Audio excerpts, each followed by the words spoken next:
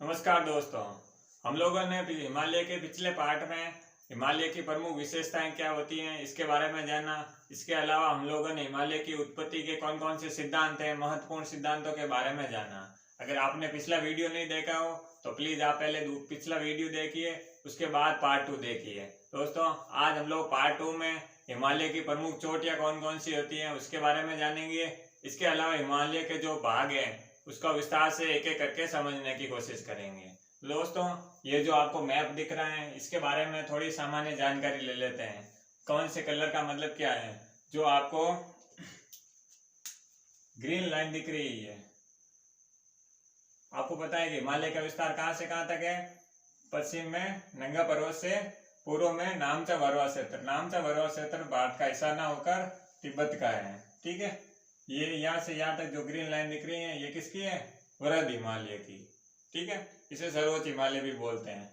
और दूसरी जो आपको रेड लाइन दिख रही है, 3 श्रेणियां हैं हिमालय की। पहली होगी वृहद हिमालय, दूसरी कौन सी है जो रेड लाइन दिख रही है ये क्या है, मध्य हिमालय या लघु हिमालय भी बोलते हैं। और जो आपको ब्लू लाइन में दिख रही है ये लाइन जो पश्चिम से पूर्व की ओर जा रही है ब्लू लाइन में, ये कौन सी है, शिवालिक हिमालय की लाइन है। ठीक है, ये क्लियर हो गए हिमालय की 3 श्रेणियां। इसके अलावा जो आपको ये 3 लाइनें ऊपर दिख रही है जम्मू कश्मीर के क्षेत्र में, कौन कौन सी, काराकोरम, लद्दाख और जास्कर। क्लियर हो गया, मैं नाम लिख लेता हूं, काराकोरम, लद्दाख और जास्कर। ठीक है, तो ये 3 लाइनें हो गई। ये किस हिमालय का भाग है। इन तीनों के अलावा चौथा कौन सा है, ट्रांस हिमालय या पार हिमालय। ये इन तीनों से उत्तर में है, हिमालय के उत्तरी भाग है। ये इसका हिमालय का भाग ना होकर यूरेशियन प्लेट का भाग था ये। ठीक है, इसका अपन लोग इसके विस्तार से जानने की कोशिश करेंगे। ये क्लियर हो गया।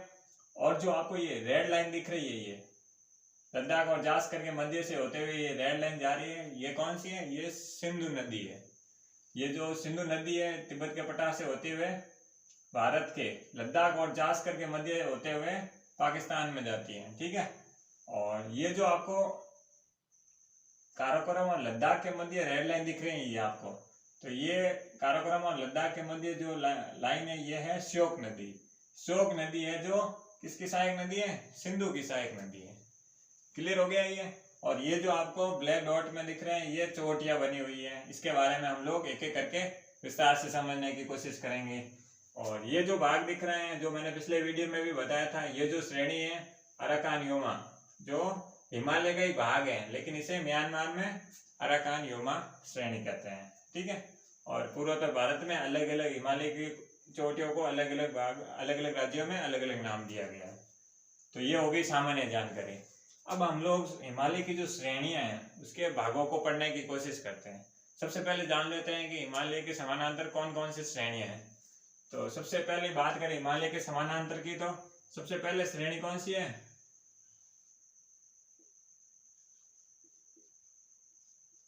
पार या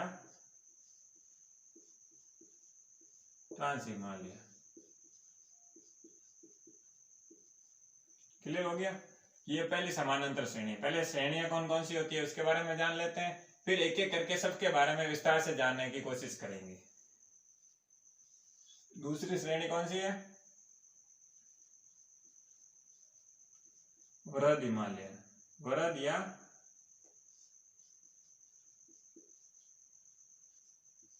सर्वोच्च हिमालय। ठीक है, क्लियर हो गया ये। इसे आंतरिक हिमालय भी बोलते हैं, हिमाद्री भी बोलते हैं, बहुत सारे नाम है, इसको भी हम लोग विस्तार से जानेंगे। तीसरी समानांतर श्रेणी कौन सी है, मध्य या लघु हिमालय। ठीक है, क्लियर हो गया। और चौथी समानांतर श्रेणी कौन सी है, शिवालिक श्रेणी, शिवालिक। ठीक है, ट्रांस हिमालय की स्थिति ये हो गई, जो 3 लाइन है जम्मू कश्मीर के क्षेत्र में, और वृहद हिमालय की जो मैंने ग्रीन लाइन में समझा रखा है। ठीक है, और मध्य लघु हिमालय की बात करें तो रेड लाइन में मैंने इसको बता रखा है। और उसके नीचे कौन सी है, शिवालिक हिमालय, जो आपको ब्लू कलर में दिख रही है, ये कौन सी शिवालिक हिमालय की श्रेणी है। क्लियर हो गया दोस्तों। तो हम लोग अब एक एक करके सबके बारे में विस्तार से समझने की कोशिश करते हैं। तो सबसे पहले बात करेंगे पार हिमालय या ट्रांस हिमालय के बारे में। ट्रांस हिमालय की स्थिति क्या है इसके बारे में जानेंगे। ठीक है दोस्तों।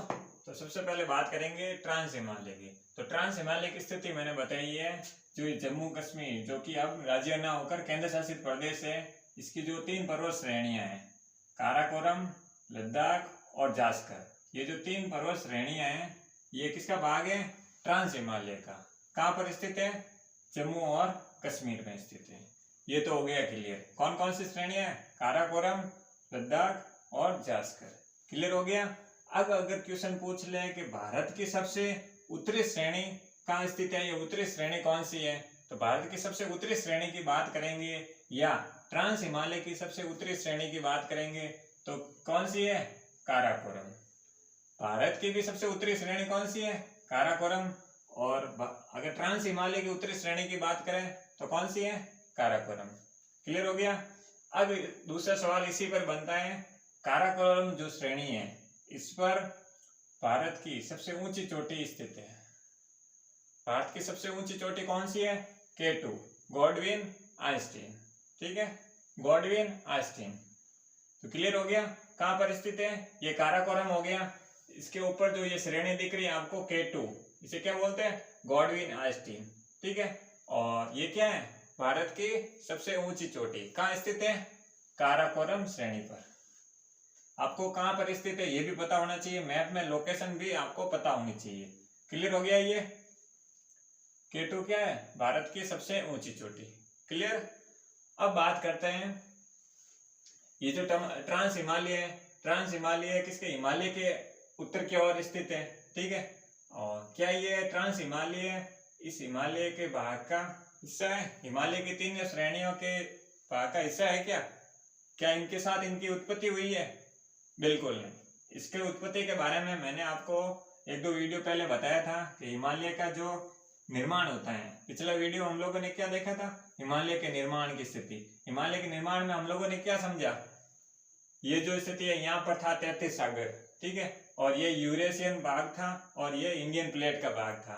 आपको पता है कि 33 सागर में जो यूरेशियन भाग में जो बहने वाली नदियां और प्रायद्वीपीय भाग, भारत के प्रायद्वीपीय भाग में बहने वाली नदियां कहाँ गिरती थी, 33 सागर में। और ये नदियां क्या होती थी, गाद के अवक्षेपण, चट्टानों के टुकड़ों से क्या हुआ, निक्षेपण होता था कहाँ पर, 33 सागर में। 33 सागर में लगातार निक्षेपण होता गया। एक टाइम बाद में प्रायद्वीपीय भाग का उत्तर की ओर, जो यहाँ पर इंडियन प्लेट है, इंडियन प्लेट का उत्तर की ओर प्रवाहित होने से क्या हो गया, यूरेशियन प्लेट से टकराने से क्या हो गया, जो ये गाद और मलबा था, ये इससे क्या हो गया, वलन उत्पन्न हो गया। वलन उत्पन्न होने से क्या हुआ, हिमालय का जो नवनिर्मित है, नववलित हिमालय का निर्माण हुआ था। क्लियर हो गया। तो हिमालय के निर्माण में ये तीनों श्रेणियां आ रही है, लेकिन ट्रांस हिमालय का निर्माण है जो हिमालय के निर्माण से काफी पहले हो चुका था। क्लियर हो गया। हिमालय का ये निर्माण के साथ इसका निर्माण नहीं हुआ था, इसका निर्माण काफी पहले हो गया। ये किसका भाग था, ये हिमालय का भाग नहीं है, ये भाग है यूरेशियन प्लेट का या यूरेशियन भाग का। ठीक है, ये यूरेशियन प्लेट का भाग है, ना कि हिमालय का भाग है, क्योंकि हिमालय के निर्माण में हम लोगों ने किसी ट्रांस हिमालय की बात नहीं की थी। और अभी बात कर रहे हैं तो इन दोनों में क्या डिफरेंस है ये मैंने आपको बता दिया। क्लियर हो गया, ये हो गया। अब बात करते हैं ये ट्रांस हिमालय किसके उत्तर में हो गया, पार, मतलब ये इसका भाग है नहीं। ठीक है, इस हिमालय का हिस्से का भाग नहीं है। तो आपको जो ये लाल कलर में लाइन दिख रही है, ये अब बात कर लेते हैं लाल कलर में लाइन से पहले, ये तो काराकोरम के बारे में हम लोगों ने बात कर ली। अब लद्दाख के बारे में बात करते हैं। ये काराकोरम हो गई, इसके काराकोरम के दक्षिण में कौन सा, आपको ये क्रम भी पता होना चाहिए, उत्तर में कौन सा है, दक्षिण में कौन सा है, उसके दक्षिण में कौन सा है। एग्जाम में कई बार क्रोनोलॉजी पूछ लेते हैं। क्रोनोलॉजी में आपको ऊपर से उत्तर से दक्षिण की ओर भी पूछ सकते हैं, दक्षिण से उत्तर की ओर भी पूछ सकते हैं। ठीक है दोस्तों, क्लियर हो गया। अगर इसमें बात करें लद्दाख की, तो लद्दाख का जो ये क्षेत्र है, ये वाला कहाँ स्थित है? काराकोरम के दक्षिण में। तो ये जो श्रेणी है, इस श्रेणी के लद्दाख श्रेणी के ऊपर कौन सी ये है? राकापोशी पर्वत। क्या नाम है इसका? राकापोशी पर्वत। राकापोशी पर्वत है जो दुनिया में सबसे तीव्र ढाल वाला है। यहाँ पर बहुत सीधी ढलान है, ठीक है। तो ये राकापोशी पर्वत कहाँ स्थित है? लद्दाख श्रेणी पर। अगर एग्जाम में पूछ ले राकापोशी श्रेणी की स्थिति क्या है, मैप में दर्शाइए, या ऐसे वन लाइनर एग्जाम में पूछ सकता है राकापोशी पर्वत कहाँ स्थित है, तो आपको 4 ऑप्शन दिए होंगे, काराकोरम, लद्दाख, जास्कर, ये किसी और श्रेणी का नाम होगा। तो इसका आंसर क्या होगा? लद्दाख श्रेणी पर। क्लियर हो गया? अब देखते हैं कि भाई ये तो हो गई लद्दाख की बात। अब लद्दाख के दक्षिण में क्या हो गया? जास्कर। ये 3 श्रेणी हो गई, काराकोरम, काराकोरम के दक्षिण में लद्दाख, लद्दाख के दक्षिण में जास्कर श्रेणी, ठीक है। अगर जास्कर श्रेणी की बात करें तो जास्कर श्रेणी कहाँ स्थित है? लद्दाख के जास्कर, लद्दाख के दक्षिण में, ठीक है। क्लियर हो गया? अब देखिए ये जो आपको लाइन, रेड लाइन दिख रही है, ये है सिंधु नदी। हम नदियों के बारे में, ड्रेनेज सिस्टम के बारे में डिटेल से आगे आने वाले विषय में पढ़ेंगे, सॉरी आगे आने वाले अध्याय में पढ़ने की कोशिश करेंगे, ठीक है। तो अभी के लिए आपको पता है ये सिंधु नदी है, ठीक है। ये सिंधु नदी कहाँ से बह रही है ये आपको पता होना चाहिए। लद्दाख और जास्कर के मध्य से होते हुए, ठीक है। लद्दाख और जास्कर के मध्य होते हुए कौन सी नदी बह रही है? सिंधु नदी बह रही है। ये तो एक क्वेश्चन तो क्लियर हो गया। सिंधु नदी भारत में किस क्षेत्र के या कौन से क्षेत्रों के बीच में से, या किन श्रेणियों के मध्य से निकल रही है? लद्दाख और जास्कर के मध्य से, ठीक है। और अब बात करते हैं जो ये सिंधु नदी के ऊपर की ओर ये रेड लाइन दिख रही है, ये क्या है? सिंधु नदी की सहायक नदी है। सिंधु नदी की सहायक नदी, क्या नाम है इसका? श्योक। इसे क्या बोलते हैं? श्योक नदी। लेकिन आपको यह ध्यान देना है ये लद्दाख और जास्कर के मध्य नहीं है, ये काराकोरम और लद्दाख के मध्य। अगर श्योक नदी की स्थिति पूछ ले किन 2 श्रेणियों के मध्य है, तो काराकोरम और लद्दाख के मध्य जो श्रेणी है, इन दोनों श्रेणियों के मध्य कौन सी नदी बहती है? श्योक नदी। आपको ये रेड डॉट में ये जो मैंने दर्शाया है, ये आपको दिख रहा है ना, ये है लेह। कई कबार आजकल एग्जाम में पूछ लेते हैं लेह की स्थिति क्या है। अगर लेह की बात करें तो लेह कहाँ स्थित है? सिंधु नदी के दाएं या बाएं तट पर? सिंधु नदी के बाएं तट पर है। ये सिंधु नदी यहाँ से आ रही है, ये बाएं तट हो गया, ये दाएं तट पर। तो कहाँ स्थित है? सिंधु नदी के दाएं तट पर। ये तो एक एग्जाम का क्लियर हो गया, ठीक है। और अब बात करें लद्दाख और जास्कर के मध्य है, तो बिल्कुल ये लद्दाख और जास्कर के मध्य सिंधु नदी के बाएं तट पर स्थित है। क्या नाम है इसका? लेह, ठीक है। ये लेह की स्थिति होगी। ये क्लियर हो गया? ये अपन लोगों ने ट्रांस हिमालय के बारे में कुछ सामान्य जानकारी ले ली, ठीक है। अगर इसके अलावा कुछ बात करें, इसके अलावा कुछ पॉइंट्स की बात करें तो काराकोरम जो श्रेणी है, इस पर है ना 4 ग्लेशियर है। जो भारत के 4 ग्लेशियर कहाँ स्थित है? काराकोरम श्रेणी पर। तो आपको उन चारों के नाम भी पता होना चाहिए। पहला नाम क्या है? सियाचिन। सियाचिन जो ग्लेशियर है कहाँ स्थित है? काराकोरम पर। 4 ग्लेशियर है सियाचिन पर। दूसरा कौन सा है?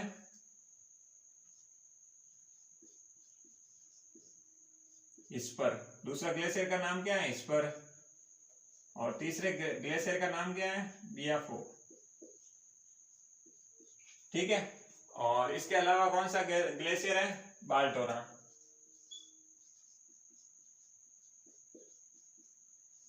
ये चारों ग्लेशियर है जो कहाँ स्थित है? काराकोरम श्रेणी पर। ये चारों ग्लेशियर कहाँ स्थित है? काराकोरम श्रेणी पर। ग्लेशियर को हिंदी में क्या बोलते हैं? ग्लेशियर मतलब हिमनद होते हैं। जो हिम से बर्फ का भाग है वो क्या होता है? ग्लेशियर होता है, ठीक है। ये बर्फ से ढके हुए क्षेत्र होते हैं पूरे। ये क्लियर हो गया? इसके अलावा हम लोग कुछ पॉइंट्स की बात करें तो ये तो मैंने ग्लेशियर के बारे में बता दिया। और इसके अलावा कोई टॉपिक हो तो मैं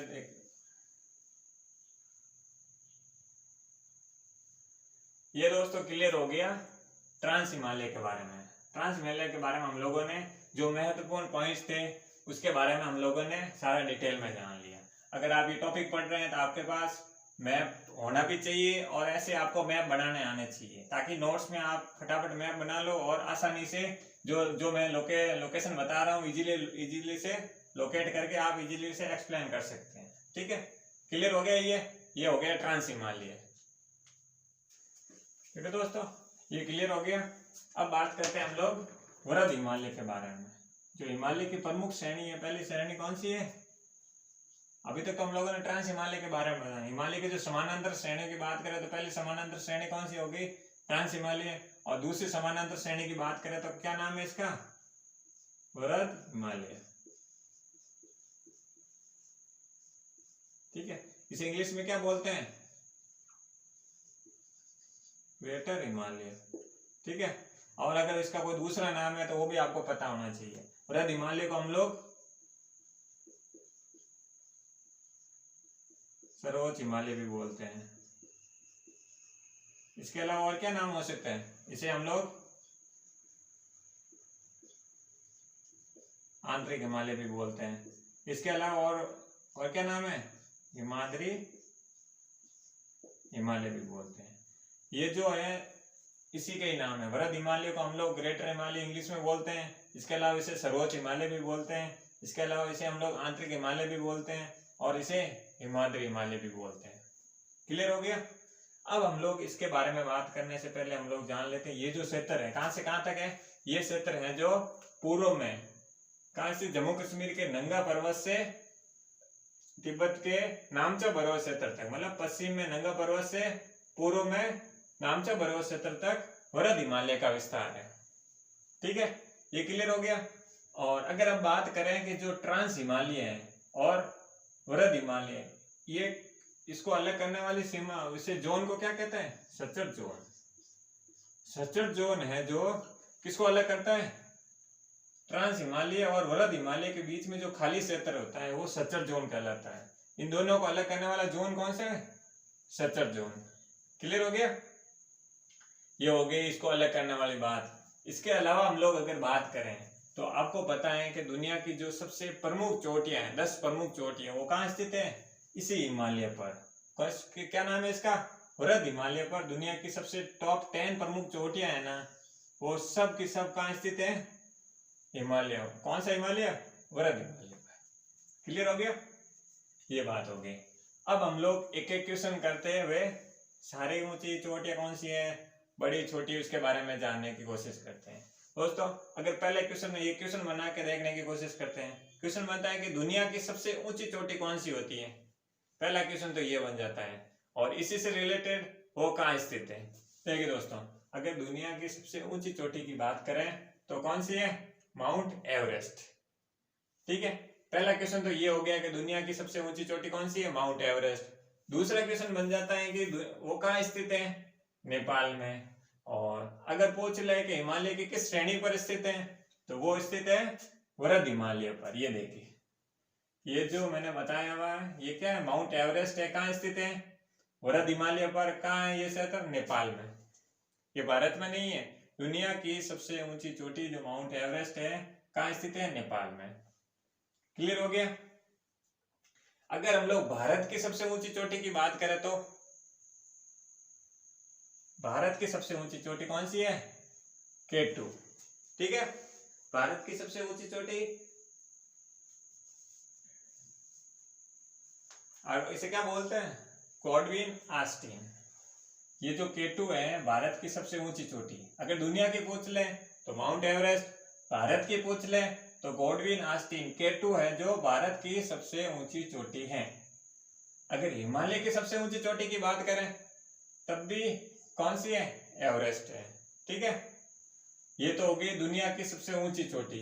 अगर दूसरे नंबर पर दुनिया की सबसे ऊंची चोटी की बात करें, सर्वोच्च चोटी की, तो कौन सी है? K2। जो भारत की सर्वोच्च ऊंचाई वाली चोटी है गॉडविन ऑस्टिन, जो दुनिया की दूसरे नंबर पर स्थित है। कौन? इसका विस्तार, इसका क्षेत्रफल, इसकी अगर ऊंचाई की बात करें तो कितनी है? 8,848 मीटर। ठीक है, अगर माउंट एवरेस्ट की ऊंचाई की बात करें तो 8,848 मीटर। ठीक है, और अगर गॉडविन ऑस्टिन की ऊंचाई की बात करें तो इसकी ऊंचाई कितनी है? 8,611। कितनी? 8,611 मीटर। ये भारत की सबसे ऊंची चोटी है, ये दुनिया की सबसे ऊंची चोटी है। और दूसरे नंबर पर दुनिया की ऊंची सर्वोच्च चोटी में कौन सी आती है? K2, Godwin Austen. क्लियर हो गया? ये कहाँ स्थित है मैंने इसको बारे में पहले ही बता दिया है। ये हो गई दुनिया की सर्वोच्च, और अगर हिमालय की सर्वोच्च चोटी की बात करें तब भी कौन सी है? Mount Everest. क्लियर हो गया? ये हो गई, हम लोगों ने माउंट एवरेस्ट के बारे में बात कर दी। और इसके अलावा हम लोग बात करें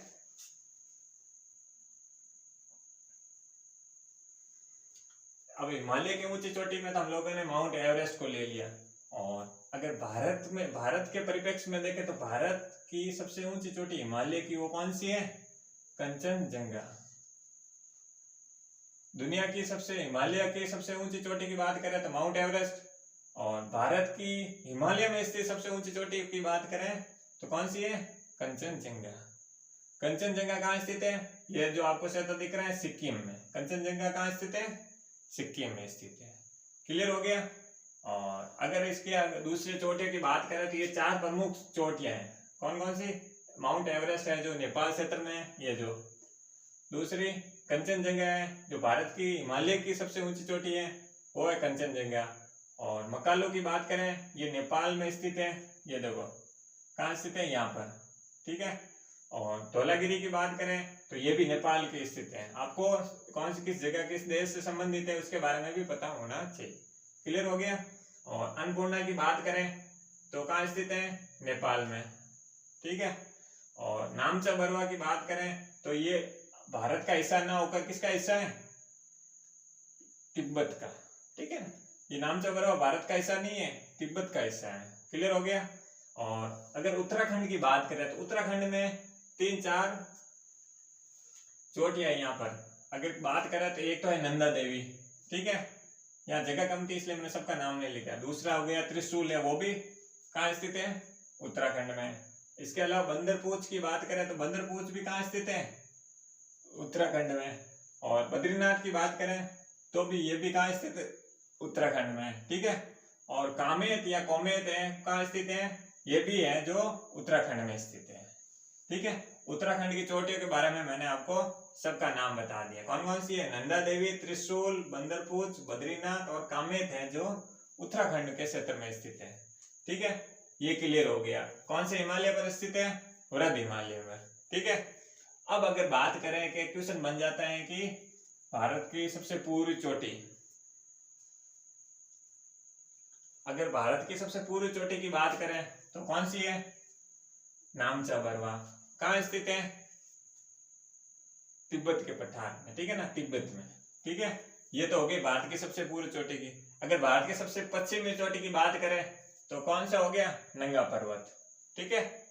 और कई कबार इसमें क्रोनोलॉजी भी पूछ लेते हैं, उत्तर से दक्षिण, पूर्व पश्चिम।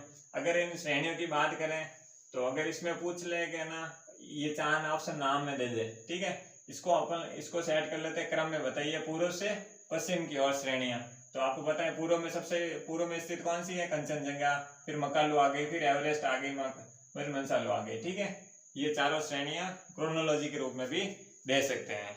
ठीक है।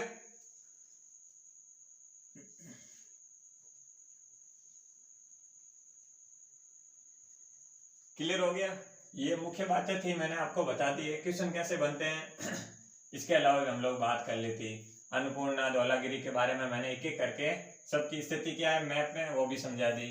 और इसके अलावा बात करें नेपाल में माउंट एवरेस्ट को क्या कहते हैं तो उसके बारे में भी जान लेते हैं हम लोग। नेपाल में क्या कहते हैं? चोमोलुंगमा। क्या बोलते हैं?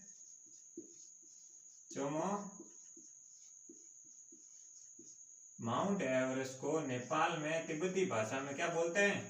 चोमोलुंगमा। ठीक है। क्लियर हो गया? इसके अलावा हम लोग कुछ बात करें, ये तो हो गई मुख्य बातें किसकी? वृहद हिमालय की। जो वृहद हिमालय की मुख्य बातें थी मैंने आपको सारी की सारी बता दी।